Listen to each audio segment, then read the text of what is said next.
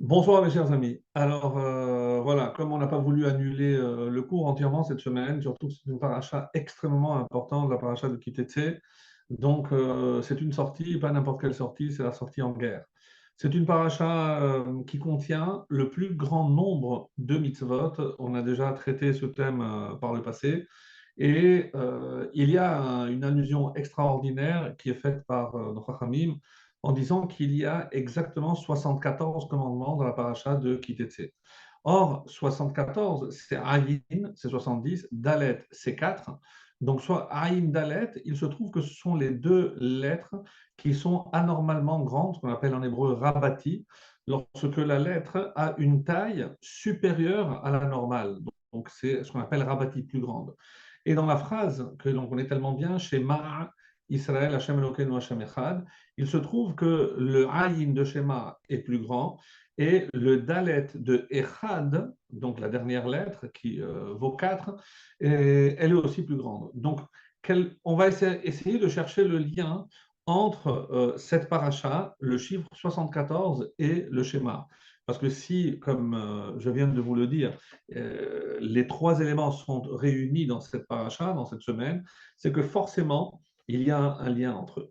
Alors, juste pour reprendre la première phrase de la paracha, qui te la milchama al oyevecha, lorsque tu sortiras en guerre contre ton ennemi, ve'untano Hashem elokecha beyadecha, et Hashem va te le mettre, te le donner entre tes mains, ve'shavita shivya, shavita shivyo, et tu feras des prisonniers. Alors, ce qui est très intéressant, c'est que dans le livre de Bamidbar, lorsqu'on parle de la guerre, on n'utilise pas la même expression. Qu'est-ce qui a marqué? Vechitavo u milchama be'artechem al hatzar hatzorer etchem v'hareotem b'chatzotzerot v'nizkartem lifnei Hashem Elokechem v'noshartem yoivechem. Alors, ça a l'air d'être autre chose que dit la paracha dans Bamidbar. Quand vous arriverez sur la terre d'Israël et que vous devriez faire une guerre, al-Hatzar Atzorer, sur l'ennemi qui vous opprime, il faudra sonner le chauffard, il faudra sortir, et il y a énormément d'étapes qui sont rappelées. Donc, la question que se posent nos sages, donc on a déjà parlé de la sortie en guerre, surtout contre les ennemis que nous aurons en Israël. Comment se fait-il que, lorsqu'on parle ici dans la paracha de Kitetse, celle que nous lirons demain, si Dieu veut, dans la paracha, dans la Torah, donc pourquoi ici l'expression d'abord est différente, Kitetse la milchama, lorsque tu sortiras en guerre, et on a l'impression qu'il n'y a rien à faire. Comment il n'y a rien à faire? Tu sors en guerre et Hachem te remettra entre tes mains ton ennemi. Mais qu'est-ce que j'ai fait pour mériter que cet ennemi soit déjà entre mes mains? Est-ce que je ne dois pas livrer une bataille? Il n'y a pas de chauffarot, il n'y a rien. Donc on est très étonné. Et c'est pour ça que on avait traité d'ailleurs cette question en long et en large, hein. Quand on parle ici de la guerre dans laquelle on doit participer tous, hein, la première anomalie, c'est une guerre, elle ne se fait pas tout seul. Kitetse ou, comme c'est marqué, Vechitavo ou milrama, lorsque vous serez amené à faire une guerre. C'est un pluriel. Et ici, c'est kitetse, lorsque toi tu sortiras, al oyevecha, sur ton ennemi. Et donc, il y a ici deux anomalies en 4 mots. La première, kitetse, c'est au singulier. Comment je peux comprendre que je sorte tout seul? C'est pas comment je peux imaginer qu'il y a une guerre où je serai moi le seul soldat, d'abord. Et généralement, comme on va le voir, qu'est-ce que c'est al sur ton ennemi? Comment s'il y a une guerre, c'est contre quelqu'un, mais qu'est-ce que ça veut dire sur? Sur, c'est déjà, même en français, on a envie de dire, c'est sûr que tu vas avoir le dessus. Mais d'où j'ai cette assurance? Qu'est-ce qui me fait dire qu'il suffit de sortir dans cette guerre pour avoir la supériorité et surtout la victoire? Toutes ces questions nous amènent à une lecture extrêmement intéressante, hein, comme vous pouvez l'imaginer, de cette guerre qui n'en est pas une. Pourquoi? Parce que c'est une guerre individuelle, c'est une guerre personnelle. Et de quelle guerre s'agit-il? Celle qui a lieu essentiellement en ces jours-ci. Quel jour? Nous avons entamé le mois de Elul, dont on a déjà parlé. Le mois de Elul, ce mois de préparation où nous, les Sfaradim, on a déjà commencé les Selichot, la demande de pardon, parce qu'on a beaucoup de choses à se faire pardonner. Donc, généralement, on admet que c'est le mois de la Teshuvah, c'est le mois où on va se préparer à ce jugement qui arrivera inéluctablement à Rosh Hashanah. Et donc, la question, c'est comment on se prépare et de quelle guerre s'agit-il? Tous les Chachamim se mettent d'accord que la guerre dont il est question ici, c'est la guerre contre notre pire ennemi. Et comme souvent c'est le cas malheureusement, et c'est avec beaucoup de peine que je le dis, c'est que notre pire ennemi ne vient pas de l'extérieur. Notre pire ennemi vient surtout de l'intérieur. C'est vrai au niveau collectif. Aujourd'hui, ceux qui font le plus de mal à Israël ne se trouvent pas en dehors des frontières d'Israël, mais il se trouve à l'intérieur d'Israël. De la même façon que celui qui me veut du mal, c'est pas quelqu'un qui est mon voisin ou quelqu'un qui me veut. Non, c'est quelqu'un qui est à l'intérieur. De qui s'agit-il, mes chers amis? Vous l'avez évidemment compris. C'est le Yetzer Hara. C'est celui qui va tout mettre en œuvre pour m'éloigner de l'accomplissement de la volonté divine, sous toutes les formes possibles et imaginables parce qu'il a plus d'un tour dans son sac, et que n'oubliez pas que d'une manière générale, on a tous des luttes internes, parce que sinon on serait déjà au temps messianique, et qu'il n'y a personne qui soit parfaite, et que cette guerre est une guerre jusqu'à la fin des temps. Donc, on se trompe d'ennemi. Et de la même façon, comme j'avais tellement voulu le dire à une certaine période, c'est qu'aujourd'hui, et surtout en Israël, on est en train de chercher quelle tête on va faire tomber. C'est toi qui es la tête, c'est toi qui es le coupable.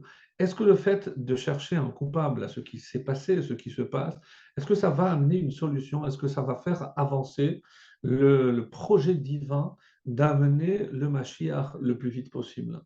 Est-ce qu'on ne se trompe pas de cible?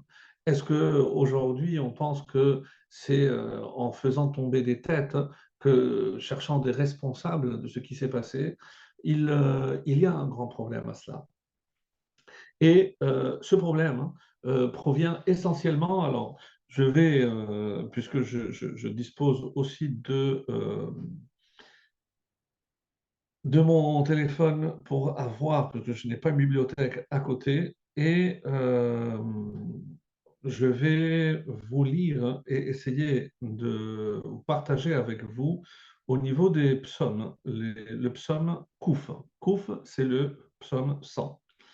Alors, le psaume 100 nous dit Mizmor Letoda. Mizmor Letoda, c'est le Mizmor, le cantique de remerciement. Hariou l'Hashem kol haaretz. Faites sonner pour Hachem toute la terre.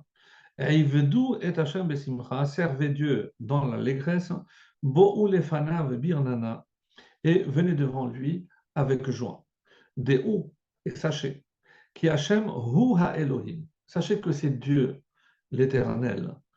Hu asanu, c'est lui qui nous a fait. Velo anachnu. Alors, il y a ici une anomalie scriptuaire dans le texte, puisque c'est écrit lo avec aleph, et non, littéralement, si je dois dire, velo anarnu, et pas nous. Autrement dit, qu'est-ce qu'on est en train de dire? C'est Hachem qui nous a fait, c'est pas nous qui nous sommes faits. Mais le cri, il y a ktiv, ce qui est écrit, et le cri. Cri, comment il faut le lire? Comment il faut le lire? Les Chachamim nous disent il faut lire lo, et lui, anarnu. Et je ne comprends pas comment on doit dire. Et c'est nous qui faisons Dieu. Comment il faut comprendre ce verset? Amo vetson marito. Nous sommes son peuple et tson marito, le troupeau qui nous fait paître. Bo she'arav betoda chatzelotav bitila hodulo barechu shemo. Venez le remercier, bénir son nom. Kitov Hashem leolam, parce qu'Hachem est bon. Qui l'Olam Chasdo, parce que sa bonté est éternelle, Ve'ad Dor Vador Emunato, et jusqu'à toutes les générations, Emunato, sa confiance en nous. Alors, Il y a ici une lecture, puisque quand on regarde les commentaires de ce psaume, il y a un Rashi très connu, parce que lui, il coupe comme ça. Hu asanu velo. Attention, on va. Donc, comment il lit Rashi? Hu asanu velo. C'est lui qui nous a fait, et non. Il garde avec Aleph. Anachnu amo veson marito. Nous sommes son peuple. Donc lui, il coupe. Alors je ne comprends pas. Comment il faut lire alors Hu asanu velo? Il nous a fait et non. Et non quoi? Et non, c'est pas nous qui nous sommes faits, c'est lui. Et là arrivent nos Chachamim et nous disent, eh ben, écoutez, si je prends l'eau avec Aleph, qui veut dire non, et l'eau avec Vav, qui veut dire lui, et je les mets ensemble, vous savez quel mot ça donne? Elul. Elul. Elul, c'est Aleph Lamed, c'est l'eau, et Vav Lamed, c'est l'eau dans l'autre sens. Si je lis le mot Elul à l'envers, Lamed Vav, lui, Lamed Aleph, non. Quel rapport avec ce psaume qui est le psaume du remerciement? Je ne comprends pas très bien. Alors écoutez bien parce que c'est quelque chose de formidable. Donc on est en train de remercier ici dans ce psaume, et il y a eu une histoire il y a 7 8 ans, lors malheureusement d'un attentat, il y avait un petit gamin qui a perdu un de ses parents et ses frères, et il avait eu cette phrase qui est restée, hélas, il a dit, au lieu, quand Dieu nous éprouve, de dire ouf, il faut lire le psaume Kouf. Kouf, c'est 100. Donc il fait référence évidemment ici à ce psaume, le psaume 100, le psaume qui est lu en cas de remerciement. Donc, comment on doit lire ce psaume et pourquoi à ce niveau-là se trouve finalement le secret de comment remercier Hachem? Alors écoutez bien, parce que l'eau, non. Il faut d'abord et avant tout que je comprenne que moi, je n'ai rien, que moi, je ne suis rien. Et c'est tellement, tellement difficile. Qu'est-ce qui est dit ici? Avdut Hashem besimcha. Servez Dieu dans l'allégresse. La semaine prochaine, on va lire la paracha de Kitavo, qui est toujours lue avant Rosh Hashanah, rappelez-vous, parce que c'est celle qui contient 98 malédictions. Et quand on parle de ces malédictions, après toute la litanie qui est citée par la Torah, vient la Torah et nous donne une réponse, une raison en quelque sorte de toutes ces malédictions. Parce que tu n'as pas servi Dieu dans l'allégresse, dans la joie. Et la chassidoute, notamment, nous enseigne quelque chose de très surprenant, parce qu'on dit, si je vous posais la question, d'après vous, quel est le contraire de la joie? Eh ben, sans hésiter, vous allez me dire, c'est la tristesse. Et c'est là où tout le monde fait l'erreur, parce que la Torah vient nous enseigner, non. La joie, n'oublions pas, c'est, comme les Rachamim le définissent, la joie, c'est l'absence de doute. La joie, c'est lorsque je sais que je suis là et que je fais ce que j'ai à faire. La joie, c'est ce que David Ameller a réalisé lorsque on a ramené le Aaron, l'arche, après que les Philistins aient voulu s'en emparer. Et en ramenant l'arche, on dit qu'il était mécarcaire, il sautait et il était tellement joyeux. À ce moment-là, le texte dit que Michal, sa femme, qui n'est autre que la fille du roi Shaoul, eh ben, elle a vu et elle a un petit peu tensé vertement en disant, mais ce n'est pas un comportement d'un roi.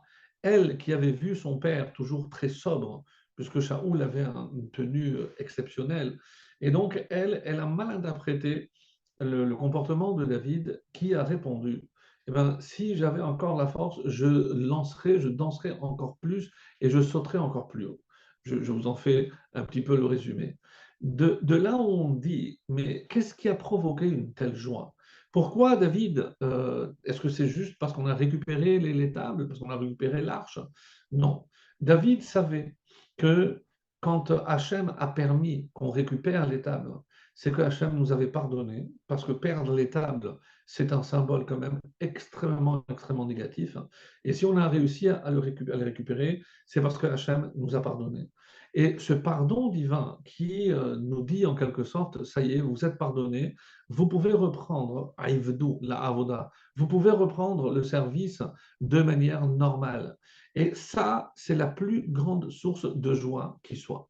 Alors, mes amis, lorsque David a sauté de joie, qu'est-ce qui aurait fait que, par exemple, à Simchat Torah, ou lorsque viennent les Chachamim et nous disent, mais quelqu'un qui voit cette attitude de la part de David Ameller, et on se dit, eh ben, moi, c'est pas de mon rang, moi, c'est pas, ça ne se fait pas.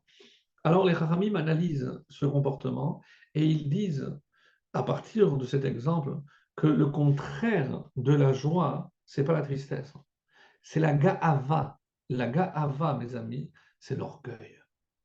C'est l'orgueil qui nous éloigne d'Hachem. C'est l'orgueil parce que comment vous voulez que je puisse faire quelque chose qui n'est pas logique, que personne ne peut expliquer?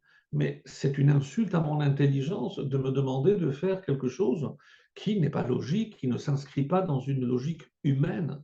Mais pour qui tu te prends? Donc, il s'éloigne de Dieu, mais il s'éloigne aussi de la véritable joie. Et c'est ça ce qu'on est en train de voir ici. Parce que celui qui sait qu'il n'est rien, que tout ce qu'il a, tout peut disparaître en un claquement de doigts, son être entier, il peut disparaître d'un jour à l'autre. Il peut aller nous avoir une maladie, perdre ses sens, tout, il peut tout perdre. L'eau, lorsque on a compris que nous, on n'est rien, l'eau, on lui appartient, que tout est à lui, tout est à Hachem. Quelqu'un qui ne fait pas montre de cette humilité extraordinaire. Et d'ailleurs, je lisais il y a quelques jours de cela, Michal, juste après cet épisode, on nous dit que Michal n'a jamais eu d'enfant. Et j'avais lu un commentaire exceptionnel, j'ai oublié la source, que si Michal, la fille de Shaoul, avait eu un enfant avec David, il aurait été le Mashiach. Parce que Michal était la fille de Shaoul, qui était donc descendante de Binyamin, descendant de Rachel. David, descendant de Yehuda, descendant de Léa. Donc, cette union entre Rachel et Léa se serait réalisée avec l'union intime de Michal d'un côté avec David de l'autre. Et donc là, on aurait réconcilié Léa et Rachel, et c'est ça qui aurait donné le Mashiach. À cause de cette attitude, qu'il faudrait analyser évidemment plus en profondeur, mais on explique que finalement, Michal, c'est pas une punition d'une certaine façon, mais le moment n'était pas encore arrivé que cet enfant entre David et Michal, qui n'aurait pu être que le Mashiach, eh bien, comme le moment n'était pas encore arrivé, Michal n'a pas pu avoir d'autres enfants. Donc c'est très difficile à entendre, mais en tout cas c'est comme ça que les Rachamim nous l'expliquent, nos maîtres nous l'expliquent. Donc, pour revenir à ce psaume de remerciement, donc, on est en train de dire que le remerciement se joue sur la lecture d'un mot, soit avec Aleph, soit avec Vav. Lo, lo. Lo, non, tu n'es rien, tu n'as rien, tu es complètement effacé devant Akadosh Baruch Hu. À ce moment-là, lo, à ce moment, tu lui appartiens. Tu le laisses lui. Et quel est le meilleur remerciement? Quand je remercie quelqu'un, le premier geste, le premier sentiment que j'éprouve, c'est évidemment un sentiment d'humilité. Je reconnais que tu m'as fait ceci, tu m'as donné cela. Donc, s'il n'y a pas cette reconnaissance, s'il n'y a pas cette humilité, s'il n'y a pas cette absence totale de ga'ava, d'orgueil, à ce moment-là, et seulement à ce moment-là, je pourrais remercier Hachem. Donc, quand je prends ces deux mots, viennent les maîtres de la Chassidoute et nous disent, donc lorsque je mets ces deux mots côte à côte, j'obtiens le mot Elul. Quel est le lien avec Elul? Et quel est le lien encore avec cette guerre dont on a parlé au début du cours? Donc, la guerre que je dois mener, c'est la guerre contre mon ego, qu'on appelle aussi le Yetzer Hara il a plusieurs noms, comme la Gemara dans Souka nous dit, il a plusieurs noms, il a 7 noms, le Yetzer Hara. Mais ici, quand je vais dire Veshavit Ashivia, tu vas l'emprisonner. De qui on parle? Du Yetzer Hara. Du Yetzer Hara qui est présenté ici comme une jeune fille, comme une jeune fille qui te fait tomber. Alors, qu'est-ce qu'il faut le faire? Il faut l'emprisonner. Il faut enlever ses atouts, ce qui fait que tu puisses tomber dans les pièges qu'elle va te tendre. Et c'est pour ça que dans la lecture de ce passage-là, de quoi il s'agit? Donc, lui couper les ongles, lui couper les cheveux, lui donner une apparence, après toutes les explications qui existent là-dessus, évidemment, mais on a voulu, comme ce fameux Midrash, qui est rapporté d'ailleurs dans le Zohar, on nous dit que à quoi comparer le Yetzer Hara? À une prostituée. Le roi, qui avait un seul fils unique, a voulu mettre à l'épreuve son fils. Et qu'est-ce qu'il a dit? Il a embauché la plus belle prostituée en lui disant, ton but, c'est de faire tomber mon fils. Mais sache que si jamais tu ne réussis pas, tu auras le double du salaire que tu demandes. C'est-à-dire que quelque part, le roi se réjouit lorsque le Yetzer Hara ne réussit pas sa mission. Le Yetzer Hara lui-même, donc comme cette prostituée, se réjouit parce qu'elle sait que c'est la satisfaction du roi qui compte et surtout le succès, la réussite du fils. Et ici, le fils, c'est nous. Donc, qu'est-ce qu'il faut pour qu'Hachem nous remette entre nos mains cet ennemi qui t'est la milchama? Il faut que tu sortes en guerre. Il faut, comme un médecin vous aurait dit, tant qu'on n'accepte pas la maladie, on ne peut pas commencer à la soigner. Donc, il faut accepter qu'on a une faiblesse. Et quel est le lien, évidemment, avec le mois de Elul?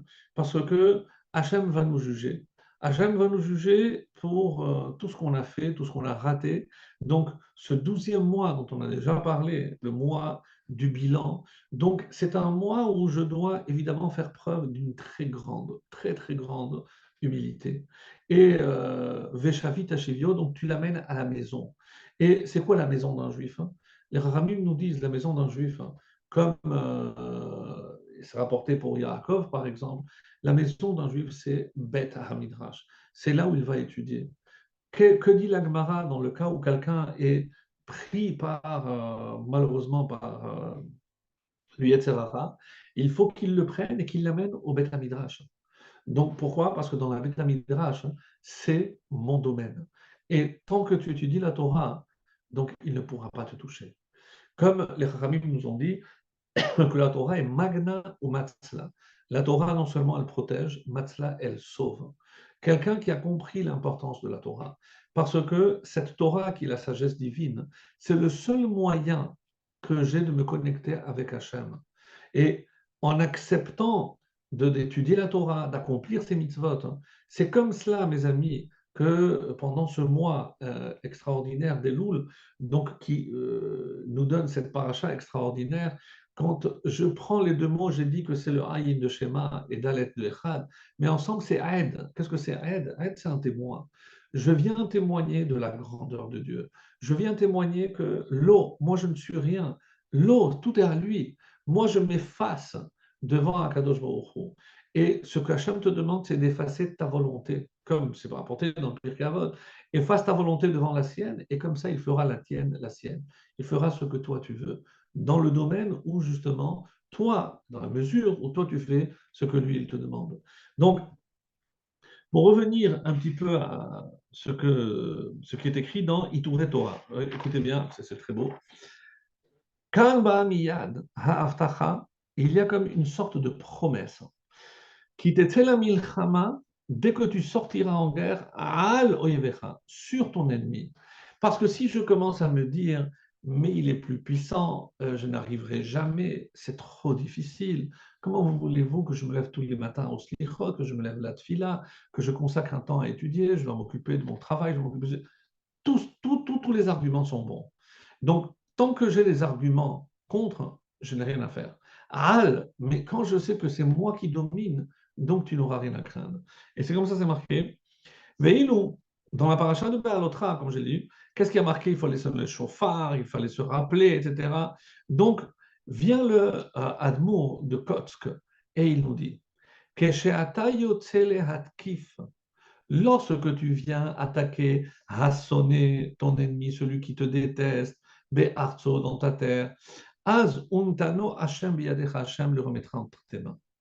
Aval, mais qui t'avons les milchama be'artsechem, shehasonem matkif otra venichnas le'artsecha, lorsque c'est lui qui vient dans ton territoire à toi, az atazakuk lerachame shamayim, tu as besoin de la miséricorde divine.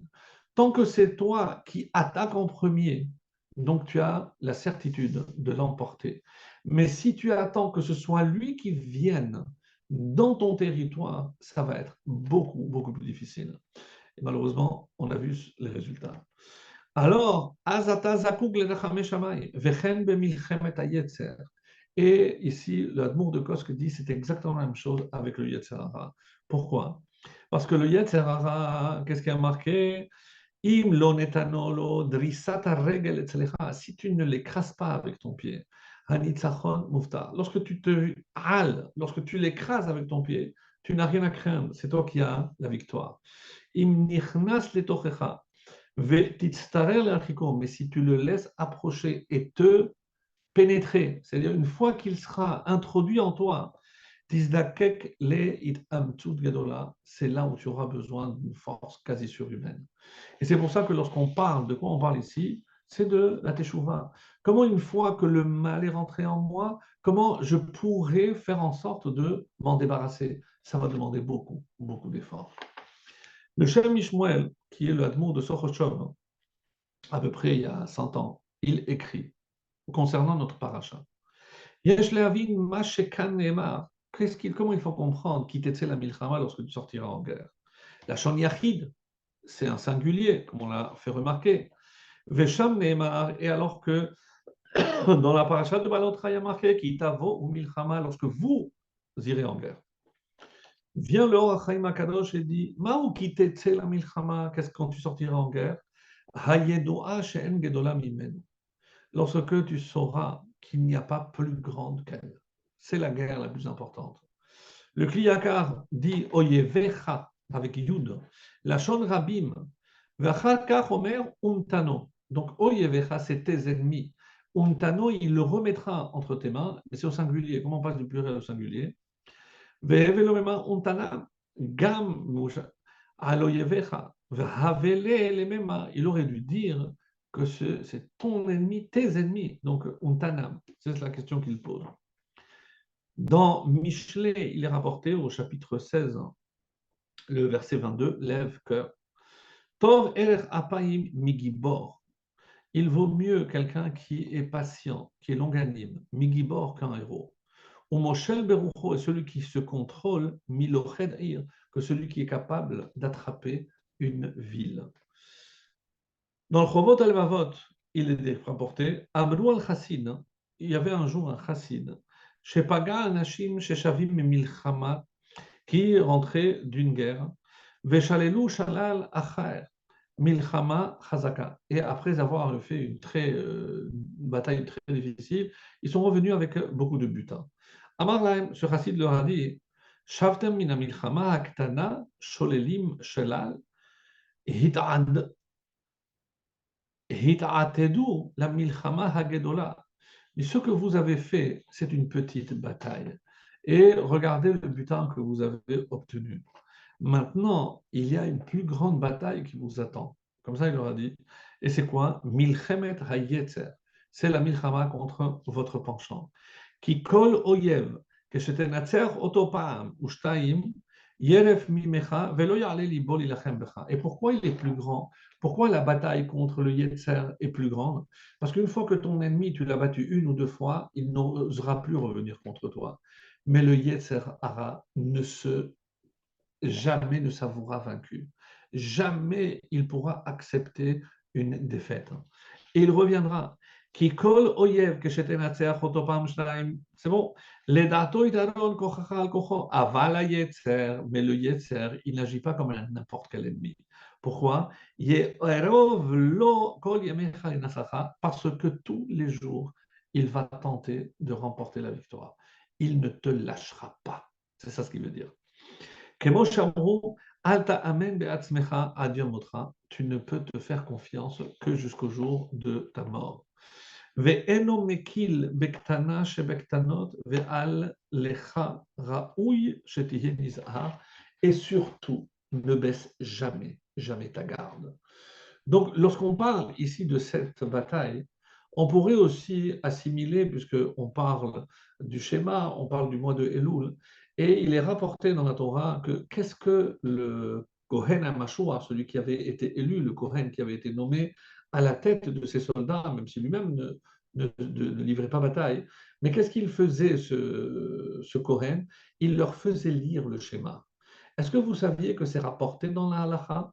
Rambam dit que tout soldat qui part à la guerre et qui proclame l'unicité d'Hachem, c'est-à-dire il fait le schéma, il accepte que cette guerre, et je n'ai pas le texte ici, mais vraiment, c'est un texte exceptionnel du Rambam, alors qu'il donne vraiment tous les détails de comment doit se comporter un soldat, et un soldat qui part en sachant que c'est une guerre qu'il va faire pour Hachem, que c'est une guerre qu'il fait parce que Hachem le lui ordonne, parce qu'il veut sauver son peuple, parce qu'il veut sauver sa terre. Eh bien, Rambam nous dit qu'il ne lui arrivera rien. Je sais, c'est très difficile en sachant combien de nos frères, combien de nos jeunes soldats sont tombés pendant cette dernière guerre.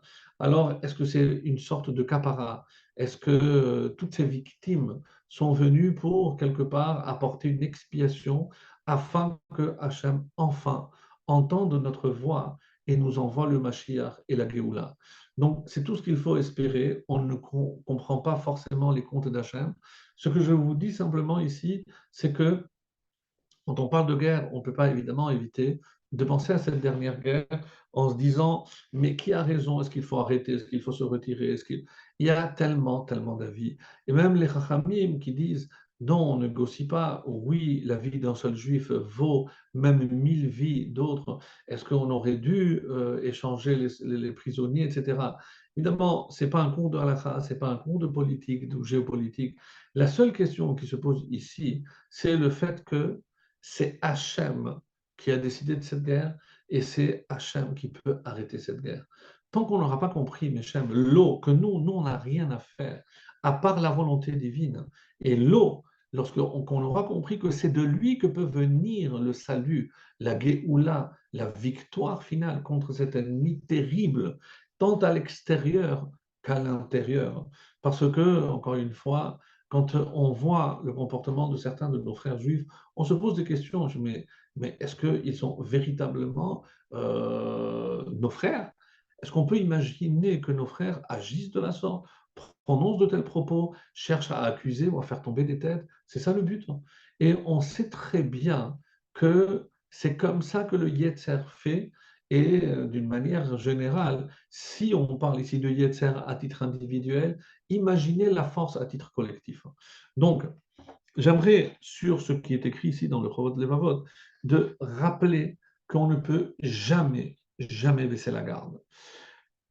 Le Ismach Moshe, un autre ouvrage aussi qui parle, un commentaire sur notre paracha, et il utilise sur le terme Al. Je vous avais dit que ce mot est assez étonnant parce que je ne fais pas une guerre sur quelqu'un. Et on avait expliqué que finalement, de quoi il s'agit ici, c'est que si j'ai la certitude que je vais dominer, à ce moment-là, j'ai la certitude que j'emporterai la victoire. Al meshamesh bemakom im. Donc, c'est à la place de dire si tu vas contre lui, ici c'est Al, c'est sûr que tu vas. Vayavo anashim al hanashim. Litrom limlechet amishkan, comme il est rapporté. Vezeu kitetzel amilchama. Comment il faut lire? Le milchemet ayetzer shehu memaen batora utfila umaasim tovim. Donc, et c'est quoi les armes que j'utilise contre l'Yetzer Hara? Quelles sont les armes par rapport à la guerre dont on parle ici? Mes amis, c'est très simple. Il dit quelles sont les armes. C'est la Torah, la Tfila et surtout les maasim tovim, les bonnes actions. Hine alo yavecha, lorsque nos chachamim ils ont dit alo yavecha, pardon, mitor shelo lishma ba lishma.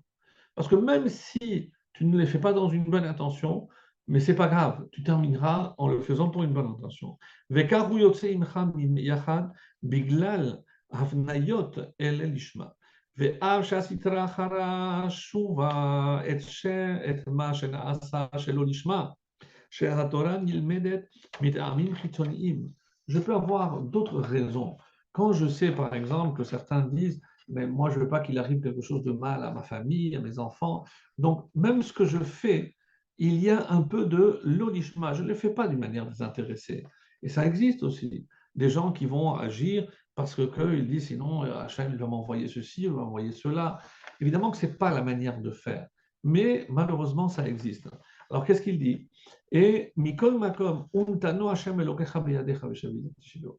Peu importe dans quel but tu fais la guerre, l'essentiel c'est de comprendre que cette guerre est inéluctable. Tant que tu n'auras pas compris cela, tu ne pourras pas avancer. Et alors, et c'est comme ça que tu vas arriver à la véritable nature de la Torah. Même si tu passes par des étapes avec un quelconque intérêt, peu importe. Mais lorsque tu arriveras au but, ça prouvera non seulement que tu auras réussi à vaincre le Sahara, mais tu vas trouver toute la motivation nécessaire pour accomplir la Torah comme il le faut. Ramban écrit בפרקי דרבי אליעזר הגדול, לפיכך היו נותנים שוחד לסמקל ביום הכיפורים. Vous savez, on approche aussi les Noraïm. On dit qu'on envoyait un des boucs à Azazel, comme si on cherchait un peu de corruption. Tiens, toi aussi tu as tendu. Et c'est comme ça que le Ramban explique Shelo levatel et korbanam, ela le haskim ou le lamed alenu zechut badin. C'est comme si on donnait, parce qu'on sait qu'il est là, et comment je lui donne une récompense? Oui, parce que même le Satan, même Azazel, il était là pour accomplir une mission. Et donc, c'est comme si lui aussi, il lui revenait, en quelque sorte, une forme de salaire, parce qu'il était là pour accomplir la volonté divine. Mes amis, chacun a son Yetzer Hara. De là comprendre que ton Yetzer Hara n'a rien à voir avec le Yetzer Hara de ton ami, de ton prochain, rien à voir. Pourquoi? Parce que Hachem t'a donné à toi, en fonction de tes capacités, la possibilité de venir à bout de ton ennemi. Donc ne cherche pas l'autre, ne te dis pas ah si j'étais comme lui, ah si j'avais rien compris.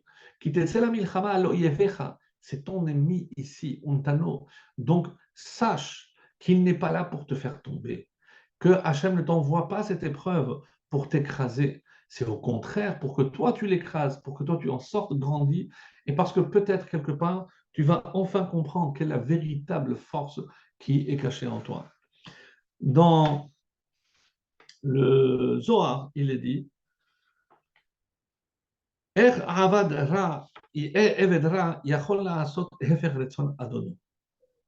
donc, comment un esclave peut faire le contraire de la volonté de son maître? De qui on parle? Est-ce qu'on parle ici du Yetzer Hara? Certainement pas, parce que le Yetzer Hara, il accomplit la volonté de Dieu. Et alors, de qui on parle? On parle de celui justement qui, quelque part, c'est par rapport à, comme il va le dire ici, le Evedra, c'est l'homme. Toi, tu as été créé pour servir Dieu. Comment est-ce possible que tu ailles contre lui? C'est incroyable, c'est inconcevable. Et alors, c'est comme ça qu'il dit comment un mauvais serviteur peut faire exactement le contraire de la volonté de son maître? Question dans Zohar. Quand si je parle du Yetzer Hara, évidemment qu'il ne va pas. Ça, c'est une idée qui a été, hélas, véhiculée par 2000 ans de christianisme qui a fait du Satan l'ennemi de Dieu. Chas v'shalom. C'est de l'hérésie, c'est de l'idolâtrie, d'imaginer qu'il y a une autre force autre que Dieu. Le Satan n'est que un des serviteurs d'Hachem. Et il est là pour accomplir exactement la volonté d'Hachem. C'est ce que le Zohar nous dit. Machal le Meler shehaya lo ben yachid vayohev oto beyoter, comme cette anecdote où il y avait un roi qui avait un seul fils unique et il adorait ce fils. Amar hamelech ani rotze lirot et retzono shel beni elai, je veux vraiment connaître ses intentions à mon égard. Kara leota zona venemar la leched, et c'est là l'histoire que j'avais racontée, et c'est ça que le roi a appelé cette prostituée pour aller séduire son fils parce qu'il voulait savoir. Et regardez dans les mots du Zohar. Halcha achar ben hamelech. elle est allée accomplir la volonté du roi, c'est-à-dire séduire son fils. Les patoto, im oto ben yae, si ce fils est digne, ou metiat le ratson aviv vegoer ba vedocha oto. Donc, s'il arrive à la repousser et à garder son sang-froid, à vivre sa mère, évidemment que le fils, le père va être extrêmement fier de son fils. Ou machniso letoch pargod shel hechalo venotan lo matanot veotzara. Alors, son père va évidemment le prendre dans ses bras. Il dit voilà, tout ce royaume, tu le mérites, il est à toi. Et j'aimerais terminer avec l'écouter Sichot du Rabbi. D'ici, on apprend comment, dans le travail qu'un homme doit réaliser, comment on peut se renforcer. Des fois,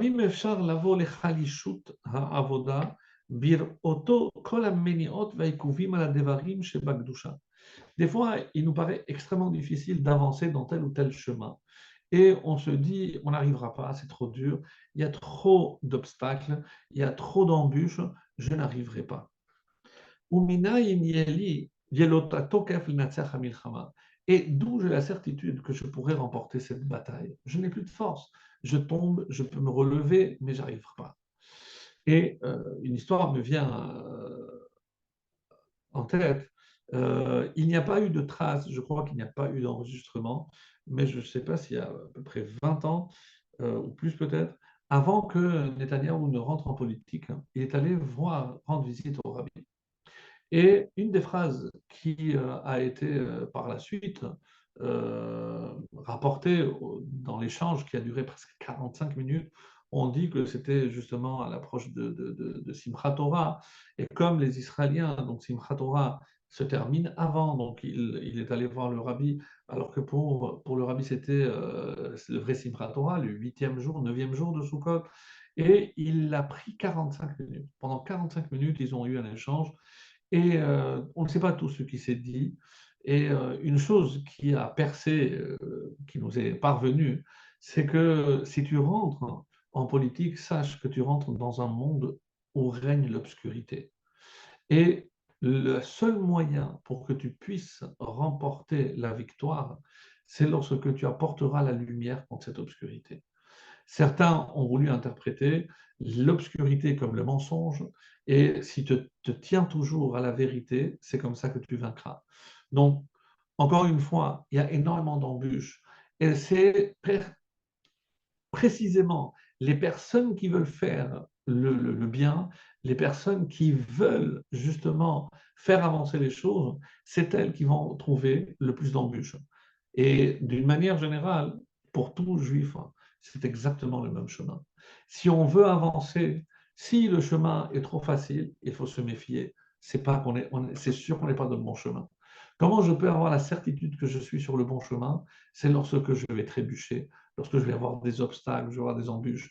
Parce que ça, c'est le signe que je dois me surpasser. Et c'est comme ça qu'il apporte. Omnam imit dabek bashem ad shetitgale bo achduto amitit. Et tu dois t'attacher à Hachem et dans le fait qu'il est unique. Mes amis, qu'est-ce que ça veut dire qu'il est unique? C'est ça le schéma. Echad, il est unique. Donc il est seul, c'est le seul qui peut tout faire, c'est le seul qui peut tout diriger, c'est le seul qui peut faire avancer.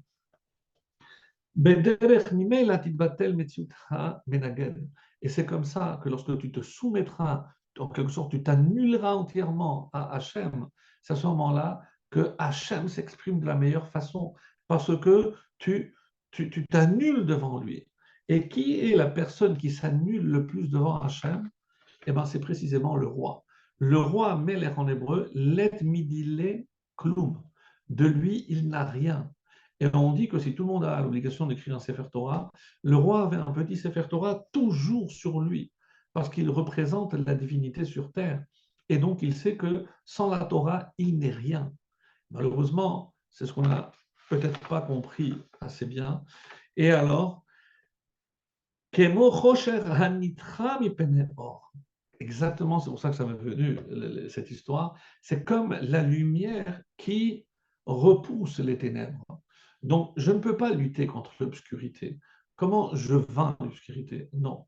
L'obscurité existe, elle est là. la seule façon de reposer l'obscurité, c'est d'apporter de la lumière. Et mistalek melav. Et en apportant la lumière, l'obscurité, elle disparaît d'elle-même. Je n'ai pas besoin de faire autre chose que d'apporter la lumière. Qui aime la recherche shum metziut, et c'est tellement beau dans les mots du Rabbi, parce que l'obscurité n'a aucune réalité. Elle n'a pas d'existence. Vezeu ki tetzel hamilchama ha'al oyevecha. Et c'est comme ça que le Rabbi conclut en disant, c'est ça la guerre contre ton ennemi. She'arehu ha'al. Parce que si toi tu te places au-dessus, mais qui est au-dessus de tout? C'est Hachem, parce que tu comprends que c'est Hachem qui est au-dessus de tout. Parce que les seuls êtres qui existent véritablement sur cette terre, c'est ceux qui font partie de l'existence réelle qui est celle d'Hachem. Et quand est-ce que je peux dire que cette réalité existe? C'est uniquement si je m'attache à la seule réalité qui soit, c'est-à-dire Hachem. Autrement dit, Hachem n'existe sur terre qu'à travers tous ces hommes, tous ces juifs qui représentent et qui sont attachés véritablement à Hachem. וכל הכוונה לאויבים היא לשם כי תצא למלחמה שבני ישראל יגלו הכוחות שלהם בביטול אויבי השם.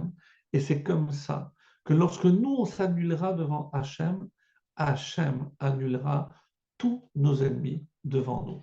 Alors j'avais dit que ce serait un petit cours aujourd'hui, mais je pense que c'est des choses vraiment qu'il faut méditer, puisque tout ce qui est réel, tout ce qui est vrai à titre individuel, c'est aussi à titre collectif. Parce que si chaque juif prenait conscience que la véritable guerre qui se joue, c'est contre lui-même, contre le Yetzer, contre tout ce qui l'empêche de s'attacher à la seule et seule réalité. Et c'est comme ça que j'ai commencé par le schéma et je termine par le schéma.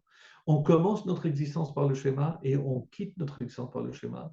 Donc si ce soldat qui va au front, il proclame schéma, il sait que c'est Hachem le maître de notre destinée et c'est ce que l'on souhaite, Ezrat Hachem, voir le retour le plus tôt possible de tous les soldats qui sont encore sur le front, voir la véritable victoire sur tous les ennemis d'Israël et sur notre ennemi intérieur, Ezrat Hachem, pour que Hachem nous apporte le plus vite possible la Géoula. Amen.